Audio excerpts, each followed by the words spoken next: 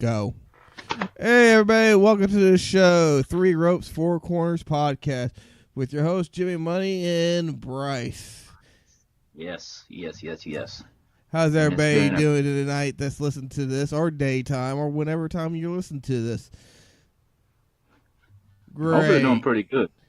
And they're not like at the end of the ropes and like, you know what, I'm going to listen to this podcast, and if it doesn't go my way, I'm just going to end it all. Hopefully they're not at that rope. Hopefully they're like, you know what, let's listen to something interesting. No. They're bouncing off the ropes, giving it a clothesline. That's how I imagine what everybody's doing. And giving us the stunner and two middle finger salute. If we're getting stunned by all our listeners, I think we're going to get over pretty good, because who doesn't want to lay a stunner on anybody? Yeah. Like, well, we might have some little difficulty again with Skype buzzing in and out on you just then. Mm-hmm. Oh, well. Skype. All the issues are free. What do you expect? Yeah. You're getting a free podcast, and I'm covering the bill for you. Beggars can't be choosers. And jobbers can't be champions. So, what do you know? I will be. Well, maybe they can. Mahal made it, so fuck it. He was a jobber before he went to SmackDown. That is very true. Yeah, I mean, I think he was. I mean, he actually won the NWA Texas World Title, I think, at one point. Did he? When he was after he left WWE, he was in NWA El Paso. Was it El Paso? NWA El Paso. It's the one that Charlie Haas was the champion of a couple of years ago. I think Charlie Haas is still part of it. Oh no. I need to get a hold of my indie expert, Robert. You're talking about? Oh, well, yeah, he is pretty much indie expert. Yeah, Robert is like an encyclopedia for the indies. At least I'd assume. He schools me quite a bit on indie stuff, about backgrounds and stuff like that. Oh, yeah. So how was your week, man? Good. I started a new job, and I've already got 60 hours. I'm tired as fuck. I've worked open and close every day I've worked. So like my 2 days off, I had my daughter, and I thought like I can rest. No, she doesn't sleep in, so they never do. I actually got good sleep, because I'd actually go to sleep when she'd go to sleep. But like I forgot how vital like sleep was. It's super vital. Yeah, I took it for granted working night shifts at the last job, so I can sleep all day. Now you're working all time today, all day long. Yeah, 12-hour shifts, 11-hour shifts. That shit's insane. Mm-hmm. What else is going on? Had not much really besides that. Like the Great Royal Rumble and the greatest house show in Dubai, I guess. Yeah, let's call it the greatest house show in Dubai. But before we get into that shit, I know you had a pretty big day yesterday, right? Yeah, I recorded Why Are Friends podcast, or I Can't Believe We're Friends podcast. I still forget my own name for my shows. Then after that, we actually had a pretty good conversation going on in that show. Shit. And I'm probably going to end up breaking it up into a couple of parts, but kind of keep a lookout for that. Was it that long? Yeah. It was actually really awesome. good. That's awesome. Then me and my wife went on a date, which, man, that rarely ever happens. We went to go see Avengers Infinity War, and I'm not giving... How was that? It was good. I'm not giving spoilers, and this is very hard for me, because everybody who knows me, I love spoilers, and I love to spoil shit for people. Yeah, and like what's crazy is Marvel's the one thing I don't care if it ever gets spoiled. It's Marvel. Fuck them. So like, tell me what happens. But I get it for the podcast people. Yeah. Like, and what's sad is I've heard nothing but like great things about how Black Panther is the best Marvel movie, and I so want to see it, and I haven't. Yeah, I want to see Black Panther too. But I'm also like, I'm a major DC fan, and I own Justice League, and I still haven't watched that. So, I mean, I have like 45 to 50 DVDs in the living room alone unopened. And I think there's like 100 something in another room that's unopened. And yet I end up going in and watch DirecTV. And I'll sit there and I'll watch a movie I've seen 30 times since the 80s. Like, oh, Bull Durham's on? Let's check this out. I hope he makes it to the pros. Oh, Con Air? What's going on over here? Right. I wish you luck, Mr. Connery. Mr. Connery and Nick. What is it? Talking about Nick Cage on the last Why Are We French podcast. Oh, and yes. That was kind of funny because Con Air came on and I was like, this is, y'all all said y'all's favorite movies were Con Air of Nicolas Cage or some else, but it was Con Air really and Face Off. I think were I think a couple movies that got left off of his that are really good, and one is you got to be is it Farley Brothers or Coen Brothers? But Raising Arizona, that was great with Nicolas Cage in it. That was really good, and for some reason I really like. I say I really like it, and I forget the fucking name of it, but he bets his wife to Gene Hackman in Las Vegas, and he loses her. And forgot what that was I know called, what you're talking about. I know what you're talking about. I thought that was pretty good. But yeah, I'll agree. Nick Cage is not like he doesn't have a whole lot of hits on his hands. But he's Nick Cage. I thought Raising Arizona was left off. I thought that was pretty. No, great. That's a good movie. It is, but it was a little before my time. Like it was. You're older than me. You're saying it's not before my time. Oh well, like, you watching Bull Durham. That's one of my favorite movies of all time. But then again, my favorite movies of all time, as you know, are like Bride of Frankenstein and Frankenstein, the 1930 version. So I really don't. My time is ever expanding. But other than that, this week, not really much. I got a job interview coming up Tuesday, so. What are you gonna be doing now? I'd rather not talk about it on air. Oh, okay. I just got a job interview. That's all anybody needs to know. He's gonna be stripping. I could be. I could be a lot of things. I could be interviewed to be a polar bear. Rawr. What? Rawr. Oh, wow. You know what? As long as, well, see, I'm never really in the same room with you ever, so I don't have to worry about anything. So I'm good on that end. I don't care who I'm on. Like I was gonna say, you know what? But now it's like there's no barriers. Just go nuts. If you get the white polar bear job, feast. I didn't say white polar bear. I said a polar bear. What if I was a brown polar bear? I think you'd be just a grizzly bear then, wouldn't you? Because I think I was actually just thinking that, like, that would be just a grizzly bear, wouldn't it? I think I remember watching Kevin Smith, like his friend did a documentary about gays, and Kevin Smith talked about it on one of his shows or podcasts. He was like, they would love you, they'd call you a bear or whatever. And they call me a polar bear because I'm fucking pale white. So I think the white people would be polar bear, and if you're brown, you're like a grizzly bear. But you have to be big to be a bear. I thought if you're black, you'd be like a black bear. So no, it's a big hairy guy. That's what bears are. Would the Asian bears be pandas? Oh, it's panda. So you remember South Park sexual harassment? Australians are drop bears, or koala bears. Yeah, they're koala bears. Fucking 5 foot and fat and just ready to fucking pounce your ass. This is going all kinds of off the hinges. You took it there, sir. You took it there. Have you been playing any games lately or anything like that besides your normal Madden? Anything going on with Madden or anything like that? No, nothing going on. I mean, it's Madden. I'm still on 17 because we're near 2040. I haven't actually even played PUBG. What have I been playing? Have I been playing anything? I might have. Yeah, I think I'm going through the old Xbox 360 games because I have so many older games. I think I'm actually going through a game called Jason and the Rise of the Argonauts. Okay. It's pretty fucking fun, but it's pretty fucking simple and it gets repetitive real quick. So there's not a lot to do about it. The only thing that keeps it interesting is your kind of like it's the Skyrim, how you go to the constellations and you do your abilities.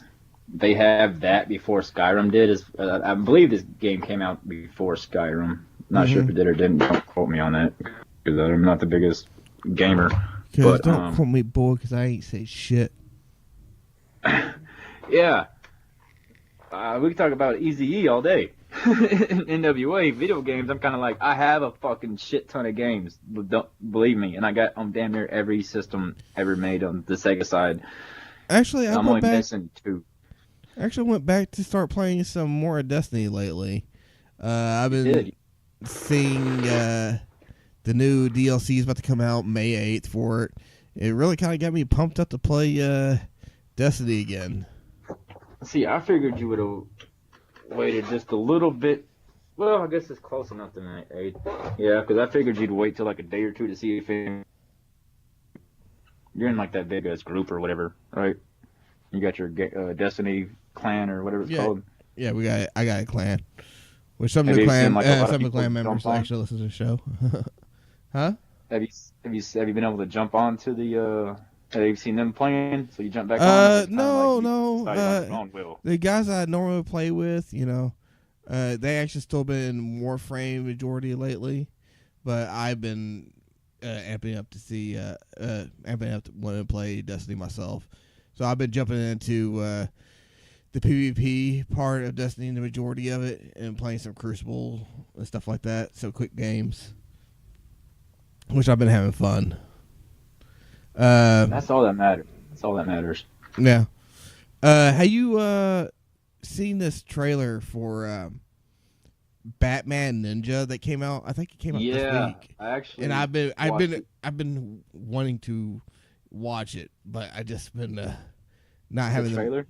You haven't seen the trailer yet? I seen the trailer. That's why I want to watch it now. Oh, okay. Yeah, because I watched the trailer. I was actually on our Scattered Mind CST YouTube page, and I was going through and I was going to see if I can add some more tags on stuff I might have missed on the Why Are We Friends podcast, right? Mm-hmm. But I went to, for some reason, I just went to see the history and see if maybe it showed how many times whatever it was watched or whatever on our side or anything. But it shows a bunch of videos being watched from our channel, and one was Batman Ninja, and I was like, I don't remember watching this over here. So I guess it was you, so I was like, you know what, I might as well just watch it since it's already there. Oh, yeah, occasionally I forget to log back into my account and I'll watch some random shit. But it looks amazing. Yeah, it does. It really does. I was really impressed. And the fact that it's got JoJo's Bizarre Adventures creator and involved with it, dude, that anime is so weird. It's so JoJo's weird. Bizarre Adventures. Yeah, it is. It really is. But it's good. The story's good, but you really have to get over the fact that how they have these muscular, shiny up men posing and shit, kind of femininely like. Yeah. Some people like that, but it's just kind of like, man, that's a little too much. I don't really get into the show, but I've heard of it. So when I saw the director in the show, I was like, all right, so there's somebody here. I forgot who the other person they mentioned was that's involved with it, because what's funny is when you watch it, I had this kind of cynical laugh. I was like, it says from the creators of Japan, or the top creators of Japan, and I was like, wait a minute. Oh, one of the guys who made Afro Samurai. Yeah, Afro Samurai. I seen that one on there. But no, the quote at the beginning was like, from the creators of Japan or something like that, the top creators of Japan. Right. Or the way it worded to me is like the people that created Japan were making this movie. And I was like, wait a minute. Yeah. But I don't know if that was my dyslexia, because I got reading dyslexia so much. I don't have the oral dyslexia, but I'll fucking read shit backwards. So I was like, wait, that doesn't make any goddamn sense. But yeah, that shit was crazy. It looks really good. Did you ever check out the Justice League? The Suicide Squad trailer, animated trailer that they're doing next? No, I still hadn't checked it out. Like I told you, I never get a chance to check it out because I'm always doing something when it comes on, and I come back and wherever I had about to play start playing already, and I just feel the urge to go back to it. That's why I'm on YouTube. There is no it's like it went away. Like no, I type it in. Yeah, I just had to feel the urge to get into that. But one of the things is like that Batman Ninja, I checked it out with the Japanese voice actors on it. Honestly, yeah, that's what I did. the Japanese voice actors sound a lot better than the English voice actors on that. So I might actually watch that subbed. I probably would too, because I haven't, like, I watched the video that I get, like, obviously you watched. Like I said, I saw it on the Scattermind page where I watched it, so. Yeah. Whatever version you watched is the one I watched. And I was so like, you saw the Japanese version.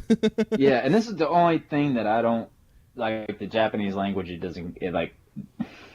sounds beautiful and all that, but like whenever they're saying like someone's name is in the middle of the sentence, it seems like no matter what, that's the last thing you hear when they're speaking. They'll be like, Joker. But then in the sentence you're reading, they're talking, it says, I don't know, like, listen here, Joker, I'm going to stop you or something. But then when it's in Japanese, and you see the English stuff, the Japanese is, Joker. And you're like, what the like, how? So I always feel, I know it's obviously correct, they're the ones making it and shit, you know what I'm saying? But I always feel like they're just fucking with us. I'm like, what are they really saying? Because why is it Joker halfway through the sentence, and why is he finishing the sentence with Joker when he's talking? So I'm like, that confuses me.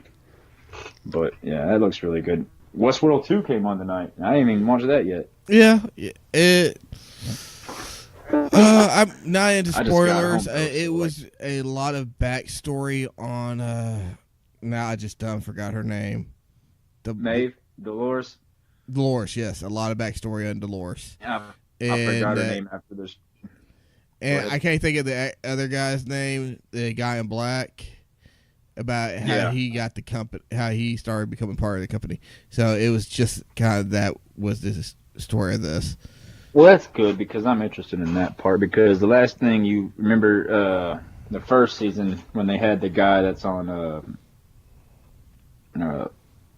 True Stories Undercover, or whatever, the Pac and Biggie story. One of the detectives on there who was on the first season.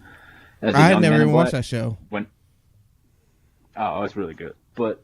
So the guy on the first, the Man in Black that was young on the season 1, right? When it discovers that Dolores was whatever, like having a time trip or loop or whatever, she was going back. Yeah. Anyway, the Man in Black as a young guy, it shows him slap. Okay, so the guy he's with there in that first season that makes you think you're in current time. He's one like this investor that's coming in to like be a big investor on it. And the guy in black, who becomes the guy in black, is with him. And spoilers from last season. Jeez. Yeah, season 1 spoilers my ass. If you ain't watched it, that's your own fucking fault. It's that fucking good. Usually I'd be like, what? But anyway, so he slaps the horse on the ass and makes the dude ride off naked. The guy that's actually coming to invest, the son of the big investors, whatever, for this business. And he's like, well, I'm just going to go buy the company myself. And he slaps the guy on the horse on the ass and makes the dude ride off naked. So I'm like, I like it better if he slaps the guy on the ass naked. Get on! Get on out of here. Naked ass. Imagine being naked in like the country and you're riding on a horse hand tied and you're like, you don't know what kind of like, we don't live there, but if you played Red Dead Redemption and you got them cannibals like coming down grabbing people from the hills, and you're just naked. They got like a fuck pocket, and then they got something to eat. Like, that scared the shit out of me. Like I would not want to live in the Western times. Oh, but also I've been watching some videos, YouTube videos of my daughters, because like they like to take over the TV on a weekend and watch YouTube videos on TV. So I'm just kind of like, fuck it, I'll let y'all watch what y'all want. You know, not a big deal. But I was watching these people who are making like these Monster High dolls, right? Yeah. Into like actual like monsters, like the Winnebagos and zombies and other kind of monsters and stuff like that. And that's fucking awesome. It was actually really cool to watch. I was like, huh, that's really interesting. A little tie-in little thing on that story. I watched a video years ago, probably 2 years ago. Well, actually, whenever Justice League came out, not Justice League, Batman vs Superman. You know how they got those big plastic fucking figures of Batman and like Henry Cavill Superman, whatever, like just the big 24-inch or however big they are. there was a guy, and he's like, all right, this looks nothing like the Batman in the movie. So he went and he taught you, like, he placed the cape on it, made it all tattered up and beat up. He told you what the material. He spent like $30 on it. You can watch the video, and he takes it, like, he repaints it and shit, and he adds like, because the Batman figure doesn't have any stubble like Bruce Wayne did in the movie. You can see through the, you know what I'm saying, his cowl. Yeah. So he added all that shit, and it looked like a fucking one of those pieces you'd have to spend $300 on at fucking Direct DC or go to the comic book shop to get. And he just made it out of a fucking Toys R Us 24-inch figure, and I was like, that's badass. That is pretty badass. Yeah, he did a Superman one too, which, I mean, I love Superman to a degree, but Batman is always going to be like, oh, anything you do with Batman, I'm like, that's awesome. Yeah. You're gonna get my view. But I'm a fucking nerd. Nerd. I'm sitting here. Anything you had? Well, damn, dude, you worked almost 60 plus hours this week. Yeah, I found a fucking on. So you really hadn't had time much to do anything. Hold on real quick. I'm trying to. Yeah, I ain't really got to do shit. I wake up, and I got like 30 minutes to get to work, and I only work like 5 minutes down the road, so that's not a big problem. But I get there, and I come home at 10 or 11, take a shower, and, you know, you think at 10, you're like, oh, you got plenty of time to hang. No, my fucking feet hurt. I'm tired, exhausted, running around. That place is fucking busy constantly. Right. So like today, I didn't even know we were going to do the show or not. Because I heard from you all day. I was like, are we going to do show? Like, I would completely understand if you weren't being able to do the show. Like, you're worn out and whatnot. No. I actually look forward to this. This gives me energy. But like at 10 o'clock during the week, so when I come home, if I have to play football to advance the season for everybody else in the league, or if I have to, I haven't really, there's only a couple shows that it's like, I gotta stay up and watch, and a couple of them are for this show, so, I mean, it's wrestling, and, the only other ones that I stay up, like, I make sure I watch are Final Space, Silicon Valley, which we hardly ever talk about, which was something that just was weird that some of mine. Oh yeah, I watched Silicon Valley today too. I went back and watched season 4 because like I was wondering where TJ was, and I forgot that they left him in an opium den. Gavin left him in an opium den. Is that what happened? Yeah, that's how they wrote off the character. Because Gavin sends this video or his letter postcard thing to the guys at the house. Is that the last episode on season 3? Or season 3. 4. Season 4. Yeah, because this is season 5. So Gavin leaves the postcard, and he's in Tibet, and he's like, "Hey, come here, yada yada, if you want to find center, peace, whatever." So, fucking Elric Bachman, TJ, goes up there. He's the only one that shows up, and it shows Gavin's shaved head and everything sitting in the Tibet thing, and all these Tibetan monks, like, what's that thing? Meditating. I must have missed this season. And one monk comes in, and he's like, hey, yada yada, we're not, wait, was that season 3 or season, I thought it was season 4. I might have missed, okay, the last ending episode was the big party. That's the last episode I saw. They have a bunch of big parties, though, because they always think they're about to break the big. And then they always do some fuck shit. I think I might have missed season 4 then. Because, was TJ still part of the season you were watching? Yeah, he was at the very...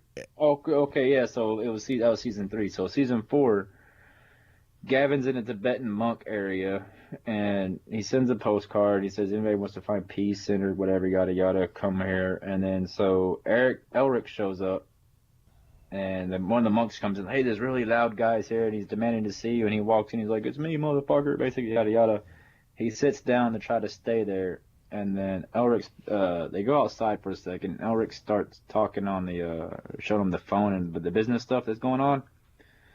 And when the monks come out, he's like, you got to pick, peace and harmony and balance, or you got to pick the digital life. And he says, all right, we're leaving. So both of them are on this shit leaving. They go in to make a phone call somewhere to stop at the store. And it's like, they're in there for like less than 2 minutes. And Gavin goes looking for Elric, and he's in a fucking opium den just smoking opium. So Gavin is like, we gotta go now, and like we're gonna miss the plane or yada yada. And Elric's like, blah blah blah blah, and he lays down, back down, whatever, because he's already laying down, smoking and shit. And then Gavin just turns around and he's like, how much money? How much money will can he stay? How long can he stay here for this much money? He has a lot of money in whatever fucking currency it was. And the guy looks at it, and then subtitles he goes 5 years. And Eric says, all right. So he leaves, gets back to the place, talks to the main guy. I forgot his name off the top of my head now, the main character's name. Mm-hmm. And he's like, hey, did Bachman ever show up to Tibet? And he's like, Gavin's like, no. And walks off. So now nobody knows where Bachman is except for Gavin, and now Gavin's character is in a opium den for the next 5 years. Okay, so yeah, I missed that season then. Yeah, I forgot completely about that. And that's what's fucked up. TJ wanted to leave the show. Mike Judge said that, when everybody else is getting there at 7 a.m. ready to go and somebody doesn't want to show up or shows up and doesn't want to shoot, and everybody's like, oh, okay, so we're not showing up and they're not making as much money as that guy was. And you can kind of tell it's time to move on. So I guess he was causing some problems Yeah. and shit. And a couple people that are on the show said he had his demons, so they don't know. Well, at least they wrote it at a point where if shit It's a pans out, potential he comeback. can come back. Yeah, and what's crazy is, supposedly Alec Berg, the producer of the show, and I believe Mike Judge, I can't remember what quote I read or source I read, but it was an official one. They said that they gave him an option to come back and give him a proper send-off, like a 3 episode send-off, and he refused to do it. And I think T.J. Miller might have said that himself because he was talking on Larry King Live. Mm-hmm. So if anybody wants that interested in it, you can check out Larry King Live and type in T.J. Miller. But yeah, but he plays the same character in every fucking movie and every fucking show he's in, so it doesn't really. If you miss him in that show, go catch him out in Deadpool 2. Yeah, which I'm He's looking forward to that. Person there. I am looking for that. But I probably won't go see it in theaters. Huh? But I probably won't go see it in theaters. My wife's already talking about going to see it in theater, so I'm going. Well, I figured you and him or her, or Ariel, like she wants to go see it in theaters. You said. Mm-hmm. Maybe Josh will go with y'all. Get Robert, Nia, make a big party group out of it. No, it's just gonna be my wife. Oh, that's a nice date. Mm-hmm. We don't get very many. No. No, not with 3 kids and 2 jobs and working different hours. That's like that's like the stars have got to align and the moons have got to align, and like the Hellboy type. There he's like, for this we got one chance. That's what it was. That's what it was. Like we were recording the show and when we got was Ariel done, part of the show? No. Did Joe went on the date? Oh, okay. No. She was working. I was trying to get it done before she got off, but we stopped recording about like an hour after she got off. Then I had to hurry up and get home to get for her to make sure we're ready and stuff so we can leave to be at 6:30. So it was a rush, like to do that. Yeah. I thought I was gonna have plenty of time, but no.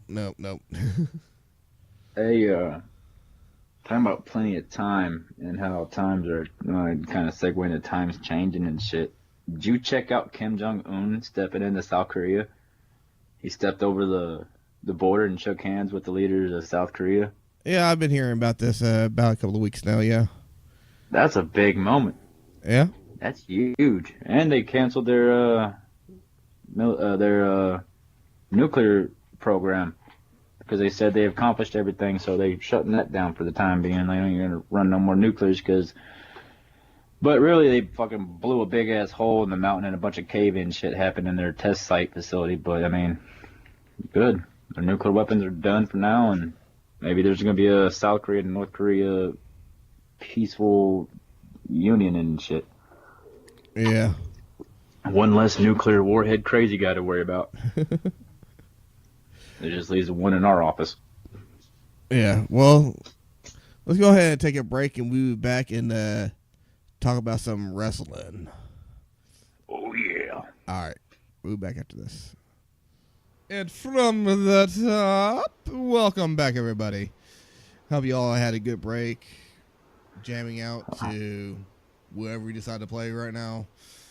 Oh yeah, yep. Mr. Chaz. Yeah, he's a friend of yours, right? Oh yeah, Spotify, YouTube, Mr. Swisher C, Swisher Corleone. He's up and coming in Fort Worth. He's gonna he's already on Spotify and he's doing pretty big things right now. He got a video coming out with where he's in with the Bo Stacks from Fort Worth. It was pretty big. So yeah, big things coming from him and his brother. Oh, that's cool. That's cool. Let's go ahead and start off with Raw. Raw opened up with the 10 bell salute in a video package for Bruno Sammartino. Done. It was a pretty good thing. The only thing I could say that caught my attention more than anything was Brock Lesnar not being out there. He's considered part of the show, I guess.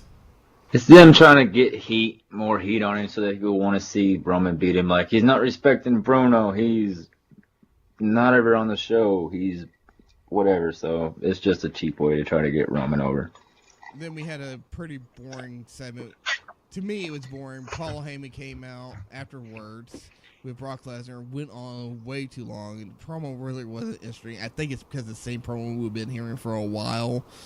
Roman Reigns comes out, confronts Brock Lesnar, but didn't actually confront anything, and left the ring. It was nothing, Yeah, it was like you said, way too long. It's just Paul stretched that to the part. Maybe that's the plan too, to make him like us tired of seeing Paul and us tired of seeing Brock, to get Roman over. Like, my whole thing is anything to do with Roman in the picture is trying to get him over. So I don't. You can never tell what's on purpose or what's not with them right now.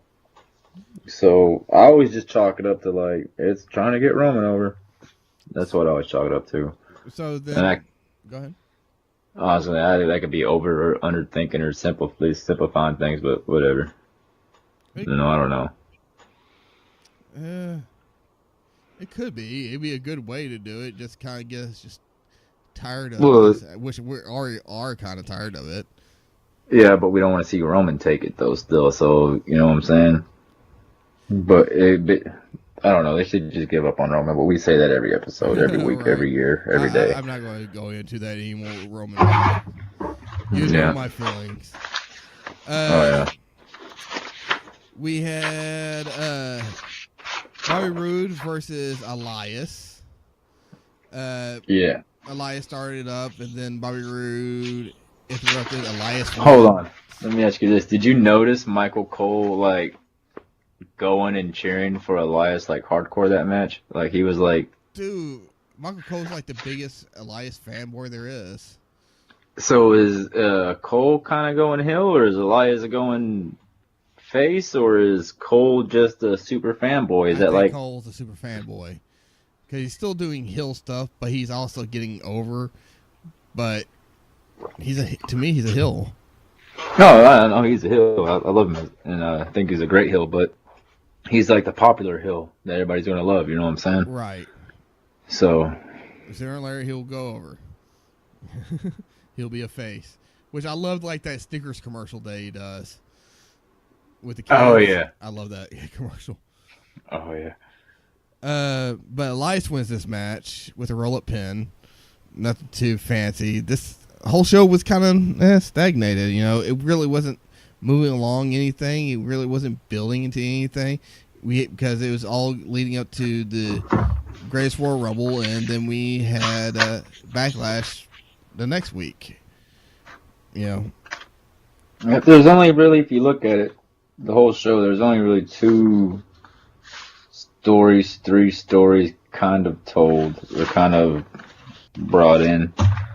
Maybe 4 in a way, but they're really small. They could just be one-offs and lead to no stories. Right. So who knows? The leader of the world, Bray Wyatt and Matt Hardy versus Jobber Squad 2.0, which is the Ascension, which the leader of the world goes over with their finisher. I don't think they have an actual name for it yet, but it's like an elevated twist of faith. Yeah, and it's a lot better looking than the no look Abigail pass, whatever they want to call it. A lot better looking. Yeah. Then after that, we have the KO Sammy show with a Kurt Angle special guest, which these two always put on a damn good show. I always entertain or laugh. I like watching them in the ring. More KO than Sammy, but they're pretty damn good together, I guess, with all the experience. But talk about hilarious, just to go back to the Toledo World versus Jobbers, the Ascension. You got to get a kick out of Matt saying "wonderful" every time someone does something good and like clapping for him. What was it? Connor, not Connor. The other one did the cartwheel thing. Yeah. But just every time he does that in a match where he's like "wonderful" and he stops the chair for the guy clap for him, it always gives me a pop. But yeah, it gets me to pop. But yeah, I actually like Sammy in his comedic more role better than I do in his annoying type role or whatever. Because whenever he's doing the glasses thing and he's reading off the list and he's kind of just hitting one-liners and kind of burning people, he has good pretty funny timing. He has pretty good comedic timing. I have to give him that. You know, they made fun of him, Kurt Angle, for getting that about his kid. Jason Jordan. Sorry. Yeah, when he's going through his list and he's like, see, you got 5 kids. And he's like, no. Kevin's like, no. See, that's where you messed up, Sammy. He's got 6. And he's like, oh, well, I just forgot about Jason, kind of like Kurt did. Yeah. Crowd's like, ooh. You got me going. You knew Kurt wanted to laugh right there, but he had to have his serious face. He looked so like he wanted to laugh the whole time. Like he was trying to bite his bottom lip to hold that in. But led into a match later down the night, Braun Strowman versus and Bobby Lashley versus KO and Sammy. Oh yeah, that was great. Hey, that was great. If they have a tag team name, what do you think their tag team name would be?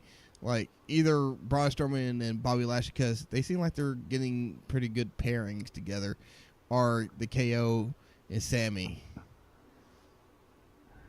Yeah, but here's the deal. We've already heard about Lashley versus Lesnar supposedly at SummerSlam being the plan, right? Oh, I didn't hear about that. It would be a good match. I wouldn't complain. Yeah, but my thing is, like, I love Bobby Lashley, but I don't like how they're booking him because he's sitting there selling punches to the stomach by Sami Zayn, and he's supposed to be like a UFC. He's a Bellator fighter, you know what I'm saying, champion. He's a, right. You know what I'm saying? He's a legit badass, just as much like as Brock is. Lesnar, but more ripped. And more agile, faster, more of an athlete, more of and Brock's a great athlete too, but Bobby is something special. Yeah. I wouldn't mind seeing them two in a wrestling ring, then them two in a MMA ring. That'd be pretty fun to watch. I've always, that's the biggest, as far as UFC is concerned, that's my biggest, what the fuck, why not go get Bobby Lashley instead of having Bellator sign Bobby Lashley to UFC contract to fight, and then get that Brock versus Bobby Lashley in a UFC fight. You know how much money that would draw from wrestling fans, plus your UFC fans? Yeah, that would draw quite a bit. That would draw more than any CM Punk fighting anybody, getting beat up by anybody else. Well, I think the Jason Frank CM Punk match would be pretty damn good. I would like to see it. The White Ranger or Green Ranger versus CM Punk. That's supposed to happen? No, it's not happening, but I would like to see it. They're both MMA fighters. Yeah, that would be great. You see the video of Jason Frank punking or getting all up on Jean-Claude Van Damme? Yeah, I seen it. He really wasn't much of anything. No, but he had him pinned against the wall for whatever reason. Yeah. That shit was pretty funny. I was like, you don't trip on the Green Ranger. He's OG. What you think about Curtis Axel and Bo Dallas trying to join Finn Balor and Seth Rollins? Then the club and all that. That shit was great. I loved it. I thought that was hilarious. Yeah, they're trying to find their new leader. I thought that was probably the best, like all the segments, like throughout the show because they had two of them, obviously. Like I think those were the two of the better segments. One thing I wish that happened was Finn Balor, as he walked off, instead of put their hands down saying no, he'd just give him a little too sweet and just like, all right, and walked off. Oh, well, then they had a match and they, so I mean that wouldn't really work out too well. But it was still funny. I think that's just my opinion. Like, what would have been cool though? Is for everybody. Yeah, what would have been cool though if he would have actually accept them at some point, and they actually start to not become like shit. They weren't shit because they can still go, but like as far as kayfabe wise, they were jobbers pretty much. Even when they were with the Miz, they weren't. They were just fodder for everybody else, the heaters basically. Yeah. For Miz. So if they were actually with the Finn, and he actually got to get them out of that rut, and then get them winning some matches, and maybe in a tag team, you know what I'm saying? Title contention, and he'd be the solo guy. That'd be great. I would love it. Curtis and Bo deserve so much more as far as their talent goes. Bo was one of the first. Wasn't he the first NXT champion ever? No. Seth Rollins was. But not Finn Balor, but I remember it was Bo Dallas and Neville? Or Bo Dallas and it was, something. Bo Dallas, then Neville. Or Neville and Bo Dallas. Can't remember, but those were close together. Yeah. But I thought that one of the Bo Dallas and Neville, or Bo Dallas and someone had like a ladder match for the title that was amazing. Can't remember who it was. I can't remember either. We have Dolph and Drew versus Titus Worldwide. I want, because I don't know how much we're going to get, but dude, Titus had the moment of the night with that Dubai show, or the afternoon. Yeah. Or Saudi Arabia show, or Sudan, wherever country that was. Saudi Arabia. Yeah. Yeah, he wasn't there because of Syrian nationality. But whatever. That's a backward country, even though they got all the cool shit. But Titus, no, I'm talking about Titus. When Titus was running it, he wasn't there. He was underneath the ring. When he slid down. Yeah. Michael Cole, I replay that over and over again, and Michael Cole keeps on talking about the whole time he was there. It was great. Michael Cole was like getting into I don't know, it seems like when he first showed up, everybody hated him because he wasn't Jim Ross, as the announcer through his career. And now it seems like, so many people have grown up listening to him, be like he's been their guy, like Jim Ross was our guy, Yeah. So, but it seems like now in his career, he's not like trying to be Jim Ross anymore. He's trying to I don't know, because like we talked about him cheering Elias, being a fanboy, him standing up and doing the fist pump, or the fist bump to John Cena when John Cena came back to Raw or whatever it was. Mm-hmm. Like I don't know, he seemed to be kind of breaking fourth wall a little more, being himself at times. I like it. I like Michael Cole a lot more now recently than I have in the past. Yeah, I think he's playing himself more than trying to be the straight guy. I still think Joey Styles is the best all time. He did it with one person himself. He didn't have a play-by-play guy. But Dolph Ziggler, Drew McIntyre wins this match against Titus Worldwide. I'm liking the pairing of Dolph and Drew together. You think Raw, since they don't have any, SmackDown obviously has all the better tag team division by far. Do you think Raw's gonna go with we're gonna just pair a bunch of single stars? It looks like it. It really does look like it. That's what I was thinking. I was like, they ain't got really no tag teams, but yet you got Strowman and Lashley, you got KO and Sammy, you got Ziggler and McIntyre. Kind of Rollins and Balor, even though they've been kind of going at each other for IC title in a way. Mm-hmm. They've been tagging a lot lately. Yeah. More people on. Yeah, to get so many fucking people on the show, you got to put them in something. We got Chad Gable, though, at the next match versus Jinder Mahal. Jinder Mahal's back on Raw jobbing again. All these fucking superstars and stuck in a tag team, and Chad Gable and fucking Jinder Mahal get a singles match. But what do you think about this, man? The bigger story is Jinder Mahal lost twice now on Raw. As soon as he comes back, like he goes to SmackDown, gets the world championship, comes back to Raw and loses 2 times in a row. That's just Vince saying, "Look, time's over, son. Enjoyed your run." That's kind of fucked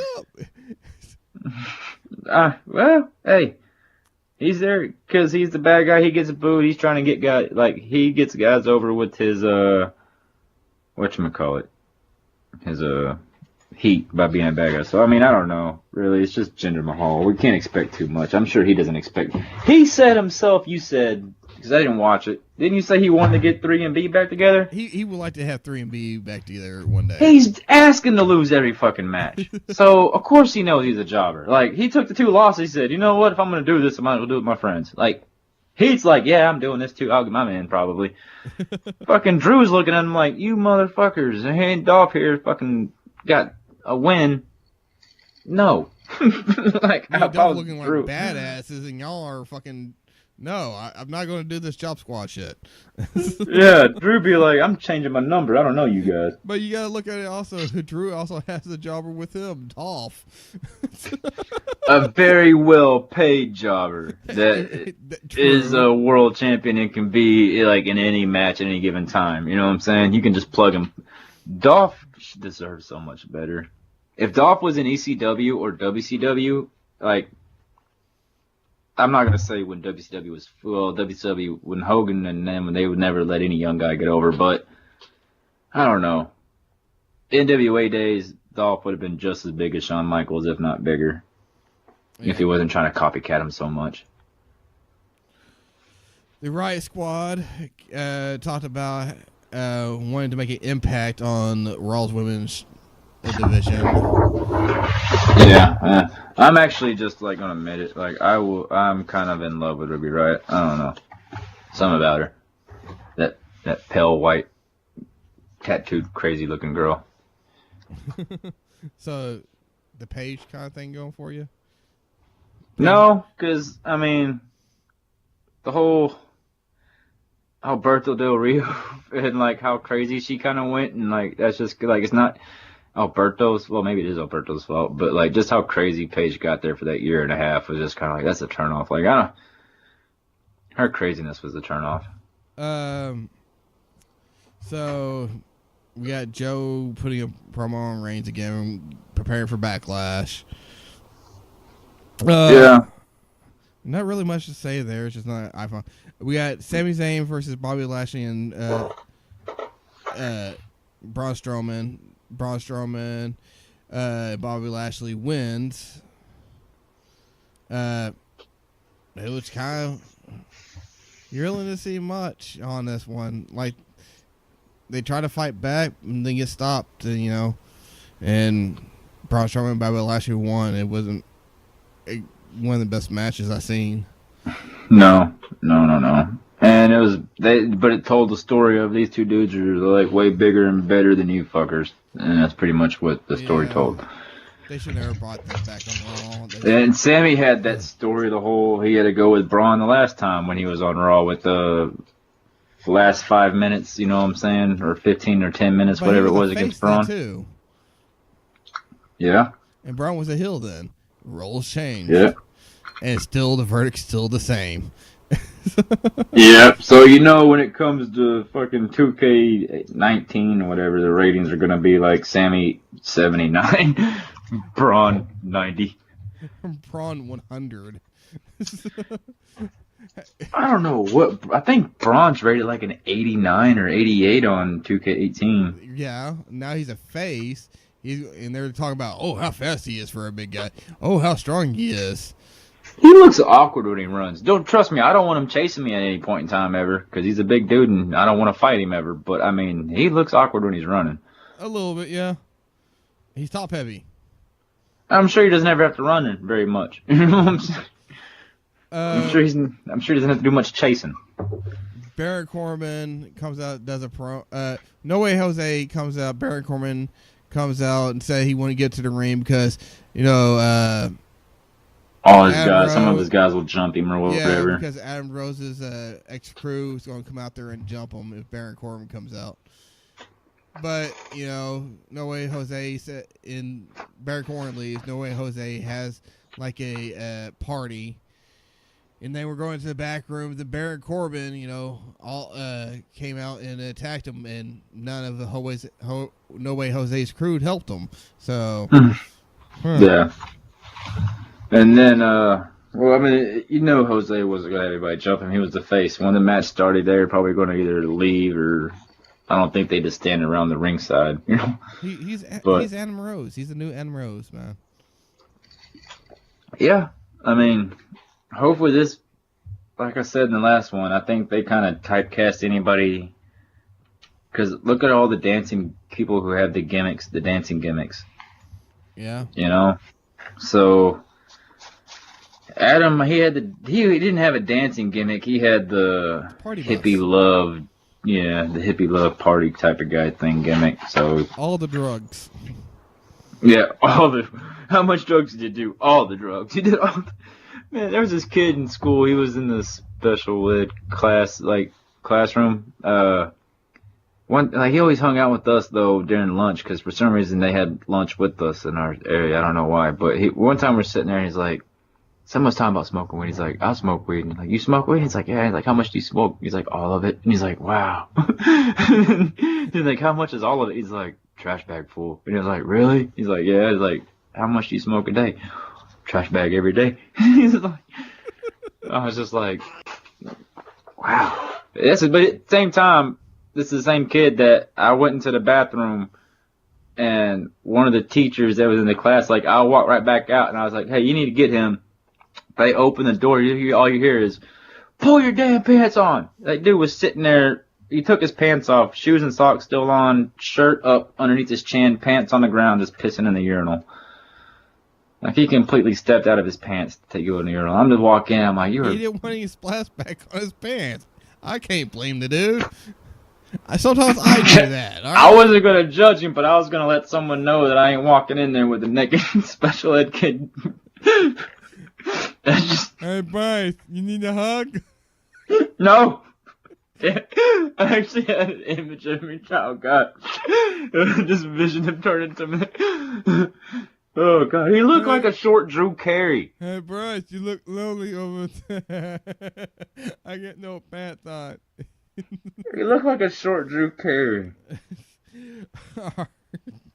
Anyways, let's go on. Okay. But, Finn Balor attacks No Way Jose. Moving on. Seth Rollins, Finn Balor versus Mr. Seth Rollins, Finn Balor goes over. Why not? Because they're going to squash Mr. no matter what. Yeah. At least I don't even know what to call him, so I just call him Mr. Raj still. I don't know if you're still going by Mr. Raj or not. They're still going by that now. Huh? They're still going by Mr. Raj. Oh, well, good. Maybe they'll find their way to SmackDown somehow, some trade or something. So we have the match of the night, the main event, the 10-women tag, which the Hills win. Alexa Bliss, Mickie James with the Riot Squad. Yeah, if you look at their faces, it's kind of surprising, but Sasha's been kind of losing lately. Sasha and Bailey. I was about to say Becky again. Second week in a row.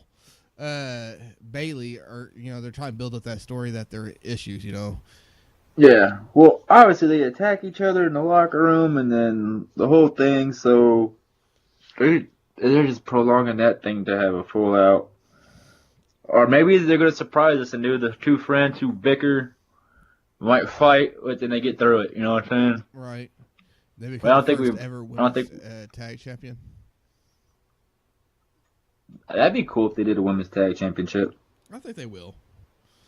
But at some point, if you add a women's tag championship, you'd have to have like Raw's already so condensed with tag matches everywhere. You're gonna have to like really start doing triple threat, 4-way matches to get people in. Dude, You're gonna have to doing a shit ton of tag matches for women's already. Why not add a women's tag championships in both divisions? Well, yeah, but I'm already saying there's. I mean, I would love the women's things. I'm just thinking of time wise because if you add a women's tag division, you're gonna have to start adding more women's tag matches to the show. You already have the cruiserweights on that show. You already have the men's tag division, the men's intercontinental. Slowly going away from the 205, the cruiserweight division in Raw. That is true. And you could replace the women's tag division. I'm just thinking about time-wise. I would love, like, maybe. There's too much. No, I don't want to see the women's get separated from the men's show. But if there's so many women, you could probably do a women's show. I mean, they have Shimmer, which is an all-women's wrestling thing, which is really good. So maybe Raw starts an all-women's show at one point. Have an all-women's division and all share the same pay-per-views. Maybe. I don't know. But just do it you got Raw, SmackDown through WWE Knockout or something like that. Knockouts that'd be a TNA ripoff, Impact ripoff, whatever you want to call them. But, because they got the Knockout division over there. But whatever you want to call it, you know what I'm saying? And then you can have their own 2-hour show, 1-hour show, hour show, whatever you want to give them. Right. Well, I think that would be it for this half. We'll be back after our next music segment. All right. Talk to you then. Yeah. Hello, everybody. Welcome back to the show. Yeah. We're going to go over 205 and NXT and SmackDown. Yeah. SmackDown was actually a pretty short show. It was the full 2 hours, but it felt like an hour because not a lot happened. They gave the Miz 30-minute segment, 20-minute segment with his promo, and then the Big Cass's promo. Yeah. And then the Daniel Bryan segment of like the 10 seconds of him laying on the ground, and then another 10 seconds of his. The general manager, the trainer said I'll be fine, and general manager said I'll have a match with him at Backlash, yada yada yada. Like, I don't know. Well, what you think about me? I like the Miz segment, you know. Oh, I love Miz, man. The funny thing to me was like Big Cass's suit was like too small for him. Yeah. Like, it's supposed to be designer, but I was like, dude, you're wearing your nephew's coat, bro. Yeah. You know what I love about the Miz, and this is, if he ever listens, I know we give him props all the time, and I gave him major props in the triple threat ladder match, the ladder match. Was it a triple threat match for the IC title, or a ladder match in Intercontinental? It was a triple threat match. Then they had. Was it a ladder match though? No, it wasn't a ladder match for the IC title. That's right. At the WrestleMania, that was at the Dubai thing, and that was like a 4-way. But I got confused. Yeah. But Miz was really good in the ring at the WrestleMania triple threat against Balor and Rollins. But beyond that, what I love about the Miz is he's such a great talker that he has that like I'm the A game, whatever at least. But his in-ring work for the longest period of time was like B, but he's now like figured it out and got it all. So the longest time I was like, Miz is such a great talker and gets in the ring. You're like, eh. But that was kind of the appeal. You know what I'm saying? Right. But now it's like his in-ring work in the last year or two, and his mic skills is like on fire. So Miz is everything he touches is like Midas. He's at the Midas touch right now. He makes everything the A show. Yeah, he does. And I'll tell you this: I'll be surprised if he's not getting a world title shot at some point in time. Before he did a superstar shakeup. He really does deserve another one. And that would be the perfect time to do the Daniel Bryan Miz rivalry. Like, say Miz wins it first, and like Daniel was like, you know what, yada yada yada. Now I really want to punch you, like, because I finally came back. Or Miz Daniel Bryan can win it, and then Miz chase for the Miz. Huh? Pretty good. I said Miz champion and Daniel Bryan doing the chase for the Miz. Yeah, chasing the Miz. Yeah, I like that. But yeah. So I mean, like I said, anything Miz touches recently has the Midas touch to it. Yeah. So keep him rolling. I'm not sure how I feel about Big Cass though, I didn't feel the promo as much that he did. Didn't really care for that too much. Well, Didn't really care for his excuse. I was a little guy. I hate Daniel Bryan because he reminds me of me. I never understood. Like, what? That's a lame reason to hate somebody. You know what's kind of interesting though? I did like seeing Big Cass and Braun Strowman teeing off on each other at the Great Divide Show. The Greatest Royal. Oh yeah. Yeah. So that was actually pretty cool. I'm like, because Cass doesn't look all that big to me when he's by himself, but when he's next to Strowman, like, oh well, he might actually have a little bit of size on him. Oh yeah. Cass really does, like, to me, like, that's another dude I really wouldn't want to fight, you know? Like, those big guys, WWE doesn't hire, like, big guys to be medium-sized big guys, you know what I'm saying? Yeah. Like, they're not, like, people that, like, maybe just 5 inches taller than us, but, like, maybe 30 pounds. No, they're fucking 6, 7 inches taller than us and 40 pounds of pure muscle, 50 pounds of muscle, you know what I'm saying? Right. They hire nothing but boulders up there. Looks like WWE's about to have quite a few big guys coming in. You know? Oh yeah, Sanity's coming up soon. Mm-hmm. So you're gonna get Killian Dane. He's a really talented big guy. Kind of reminds me of like a Rusev mindset, like more nimble and agile than people think in a way. He can do more than a big guy typically could. Vader. He must yeah, that's what I'm saying. Like, Vader was great. He's one of the big guys. That's a good call there, Mr. Money. You know, like Vader wasn't, like, the fastest, but he was agile for a guy his size and did some pretty incredible feats of strength type shit that he did. I tell you what, he was the fastest big guy for his size up until Bam Bam came out. Oh, Bam Well, Bam you can say Bam Bam, or you can say John. What's his name? John Taylor. Big Boss Man. His real name.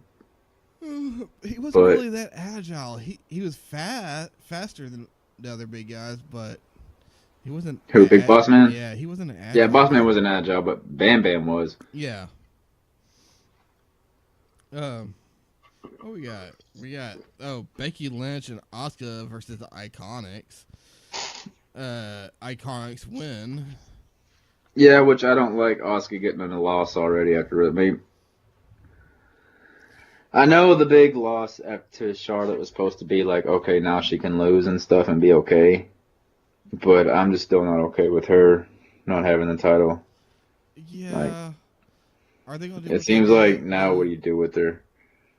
Is she gonna play the role of Jinder Mahal now? Oh my god, she better not.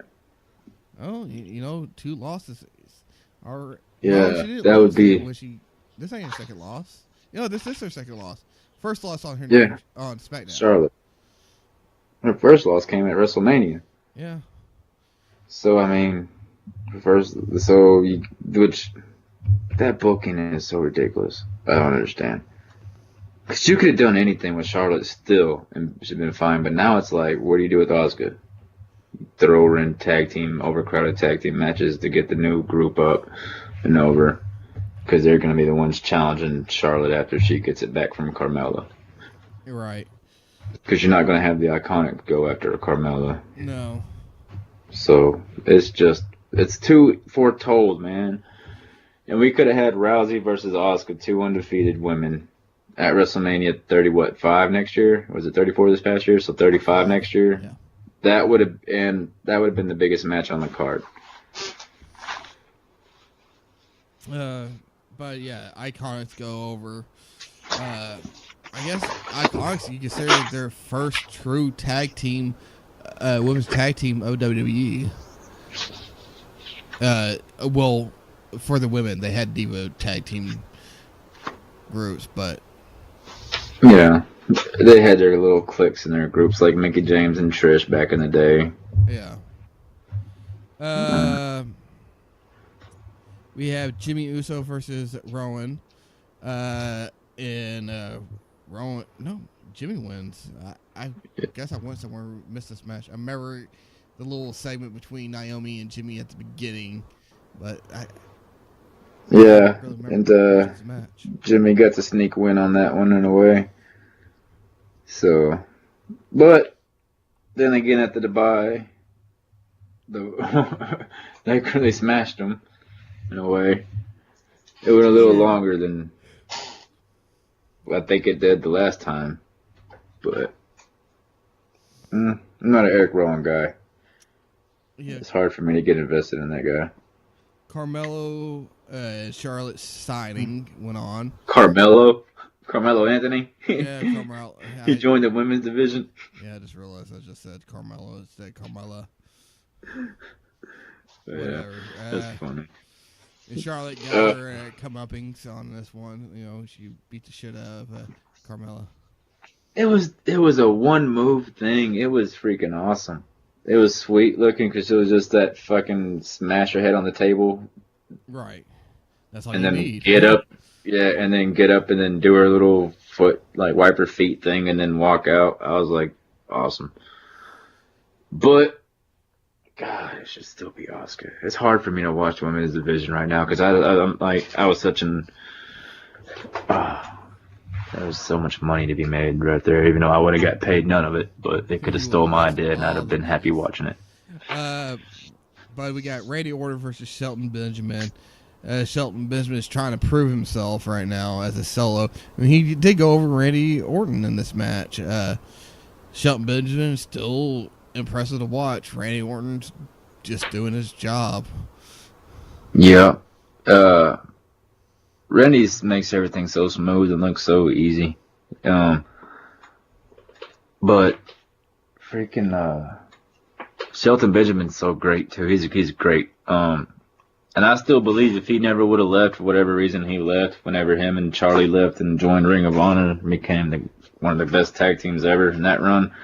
If he didn't leave for whatever reason, he would have been the first WWE African American heavyweight champion.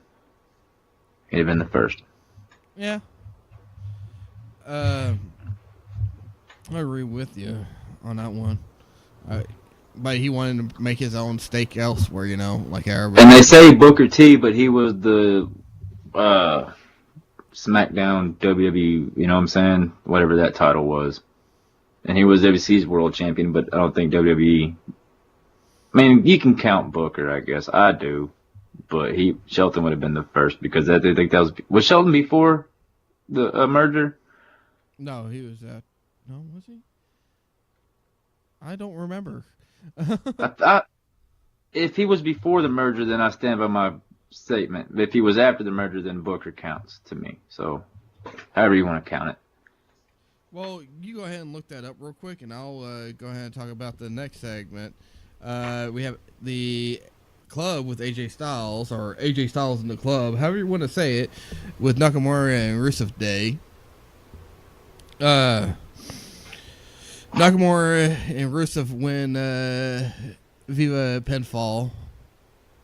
And you know what? I can't really remember much of this match. I do not know what the hell happened. I figured I would have watched this. Did I fall asleep? I don't know because I think I watched this late at night. And I meant to get back to it, and I don't think I actually recapped going back to it. Yeah, Nakamura and Rusev Day go over.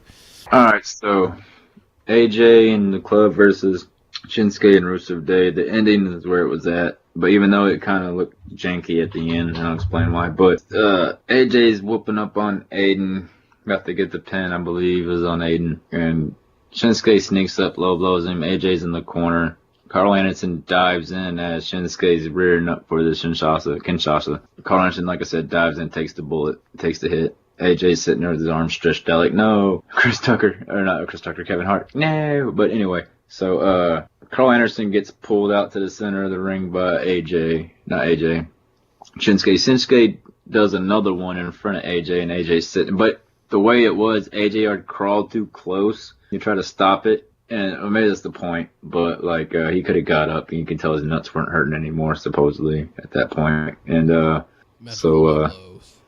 yeah, Carl Anderson took 2 Kinshasas, and I'm probably not saying it right now, but oh well, Kinshasas, and in front of AJ while he was on his side holding his nuts with one hand out. I guarantee you, if it was worse title, he'd have got up quicker. Probably. Fuck that guy. That's how I felt. I've been like, you son of a bitch. If you let me pick 2 of those, and you were the champion, I'd low blow you myself. All right, let's go ahead and go to 205. They had the Gauntlet match, which was the whole show, which was actually a really damn good Gauntlet match. I really enjoyed. Kalisto wins it all, but I really enjoy watching Tony Nese match versus Drew Gulak. I liked how they showed that Tony Nese had the match, but he got overzealous and wanted to do more punish instead of win the match, and Drew Gulak gets the submission on him and wins. You know what? After watching the Gauntlet, I do believe you're right about Drew Gulak, whatever his name is. What about how you pronounce it? Gulak. Being on the main show in a year or 2. Yeah, I could definitely. I don't see him being in the main event, like beating any of the main eventers right off the bat. But I see him being in that show, the secondary title scene, pretty quick. Maybe in the world title a couple years down the line, or a year down the line, depending on how fast he gets over or gets heat. Yeah. Because shit, who knew Elias? Because look how the Drifter wasn't having much success in NXT. No, he wasn't, but he made it big on WWE on the main roster. Which is awesome, but crazy because it usually doesn't happen that way. You know, it's usually get over with the smart marks, and then whenever you come to the main show, you'll have them cheering, and then everybody else kind of picks up from there, I guess. Yeah, but overall, 205 was a really good show. Kalisto goes, I guess, the number 1 contender match at at the Greatest Royal Rumble in Dubai. Yeah. What a fucking wonderful house show that was. Yeah. I'm sorry. My head is just starting getting really cloudy, and my thoughts are really, it's hard to come by right now. So we have NXT coming up. And we had the Undisputed Era that kicks off the show where they had the little talk, and Roderick Strong finally reveals why he joined the Undisputed Era, pretty much saying that, you know, he was him against the world, but now he has somebody that has his back, and why not join the people that have the goal, you know, pretty much. It was a pretty good promo. You know, everybody had a little bit of a turn talking on the mic. Then Adam Cole kind of gave a open challenge, I guess, in a way, for his U.S. Title, and against Oney Lorcan. Oney Lorcan. Oney Lorcan, which I really he's good. He's good. How'd this match happen? Like Adam Cole got outside the ring. Undisputed Era comes out. They even throw up the X, showing that he's hurt. And then Roderick Strong comes out, and while the referee's distracted, and slams Oney Lorcan into the ring, throws him back in, and Adam Cole runs in and gets the pin 1, 2, 3. Yeah, it's the backbreaker type thing. Yeah, I like Oney Lorcan. He's good. But the Undisputed Era is awesome. That's going to be like the Four Horsemen NWO. Depending on how long they're there. I hope they kind of build them up just a little bit more. Not too many people. Maybe 1 or 2 more people. I'll be fine with. I don't want to see them any bigger, more. Maybe a female wrestler in there maybe, but I don't see, because you got to have pretty much, to me, once you get people, there has to be like one, like a tag team for the tag titles and one for each individual title. If you get more than that, then someone's going to get overzealous and you get the whole, but if you want to keep a team strong for years, like the Four Horsemen before they got all crazy, and keep it to 4, that's good. So I like that. We got next. We have a tag match between Heavy Machinery versus Tino Sabanelli and Riddick Moss, which Heavy Machinery wins. Pin Riddick Moss because God, this guy's name Tino Sabanelli left Moss in the ring by himself. You know what? If I was a tag team person, if I see my tag team partner fucking leave me, you know, just like, fuck it, I'm out. You know what? I'm getting the fuck out of there too. I'm like, fuck it, you don't. No. It's like, yeah. He's like, why are you leaving? You're leaving. I'm leaving you behind to get beat up. Well, I ain't staying. Now we're gonna fight. I'm gonna fight you. Yeah, it's like, well, why you leaving? Because you're a punk. Well, okay, now you're a punk. Now we're gonna fight. Right? We're gonna punk it out right now. Side ring. But Heavy Machinery, I don't know the guys' names. I just started watching NXT regularly now, which I'm starting to really get into it. Which I'm surprised it took this show to really be watching NXT. But the dude and the big guy in Heavy Machinery, the short big guy, because they're both big guys, but the short big guy, this motherfucker reminds me of God, because I'm so cloudy headed. What's his name? Chris Farley. When he walks and he acts and stuff, he looks like I live in a van down by the river. Oh yeah. Or what's it called? When he was selling auto parts and stuff. Otis Dozovic, Nico. Is that his name? Yeah. There's Nicolo Bogujovic is an American professional wrestler currently signed to WWE where he competes as he's under the name of Otis Dozovic in NXT as far as Heavy Machinery. Okay. That's West, the big Chris Farley looking guy. He does remind me of Chris Farley with long hair, man. He just his action, he moves around and stuff. He looks like I'm all jacked up. Get me to just like it makes me laugh.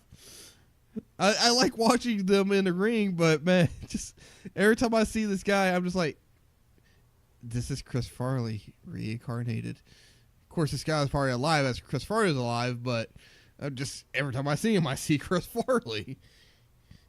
Yeah, Tucker Knight's the other guy.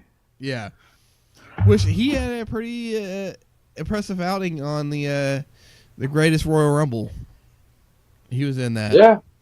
Yeah, he kind of looks like a young Diesel in a way. Yeah. Like his facial features and shit, like his hair and his beard type thing he got going on. That is, Michael Cole went on to his high school record. Like he has 144 wins in high school. I'm just like, Al Bundy. I scored 4 touchdowns. Oh God. I'm hoping to get the show up tonight because I am so passing out as soon as I'm done. Tommaso Ciampa obliterates Johnny Gargano before the match against Aleister Black. I didn't see this out, man, out of nowhere, which is good, man. I'm glad they had it wearing a damn Johnny Wrestling shirt. Did that bother you too? Did that bother you? that just totally threw me off. I was like, why is he wearing Johnny Wrestling? Like, the two things popped in my head. I'm like, A, why is he wearing an eye patch? And B, why is he wearing a Johnny Wrestling t-shirt? I think the irony of it, you know, like, I don't know, like, he's so sick of Johnny Gargano and his Johnny Wrestling fans and all that shit that he's, like, going to wear this shirt just to kind of, like, but I don't know, I think it's like a fuck you. Did you think he had an eye patch on first, though? Maybe it's because the match, or maybe something happened. I don't know what happened with his eyeball. He had tape around his eye. He had black tape around his eye. But it looked at first like an eye patch. I'm like, he's really going for that pirate look. Maybe he is. That'd be crazy. Maybe he's going for that booty. But like he obliterated Johnny, and like he was taking him out. They took him out of the ring. And I just kind of like how they did the whole segment. Like he was standing on top of that truck and just kind of waving by. You know, just like. Oh, yeah. Then Aleister Black just out of fucking nowhere, 2 seconds too fucking late. He's like all upset that his match stopped. Didn't he have his match? I'm just like, dude. Like in my head, I'm like, weren't you standing in Gorilla just kind of sitting there and watching this all happen? But you're gonna come out after the fact and act like you're pissed off. They call yeah. You're mad that Johnny Gargano couldn't defend himself from a blindside attack. Right? I have no partner. Ciampa come out. Then, of course, when he calls out Ciampa, guess who comes out? Sanity. For the goodbye, It was actually a really good match to see them go away with Aleister Black. Aleister Black started clearing house with black masses at the end. Yeah. Yeah, just out of nowhere. Black mass for you, black mass for you, black mass for you. Yeah. But they're going out to NXT. How do you feel about Sanity going to NXT, especially without their what's her name? I'm so sorry. Nikki. Oh, Nikki Cross. Yeah, Cross. Well, the only reason she's not going up is because they need a strong women's division since losing Ember Moon, the Iconics. It's kind of like why not Asuka, but Bayley stayed down while everybody else went up. Yeah. So you got to kind of have somebody there to be the bedrock because you don't have Asuka, you don't have Ember Moon. You haven't had Asuka for almost a year now, but you can't really blame that. But Ember Moon and then the Iconics, and who else came up? Women's side, anybody? They have the Riot Squad. They have the Riot Squad. Absolution. Absolution came up. Yeah, so you really got to have somebody.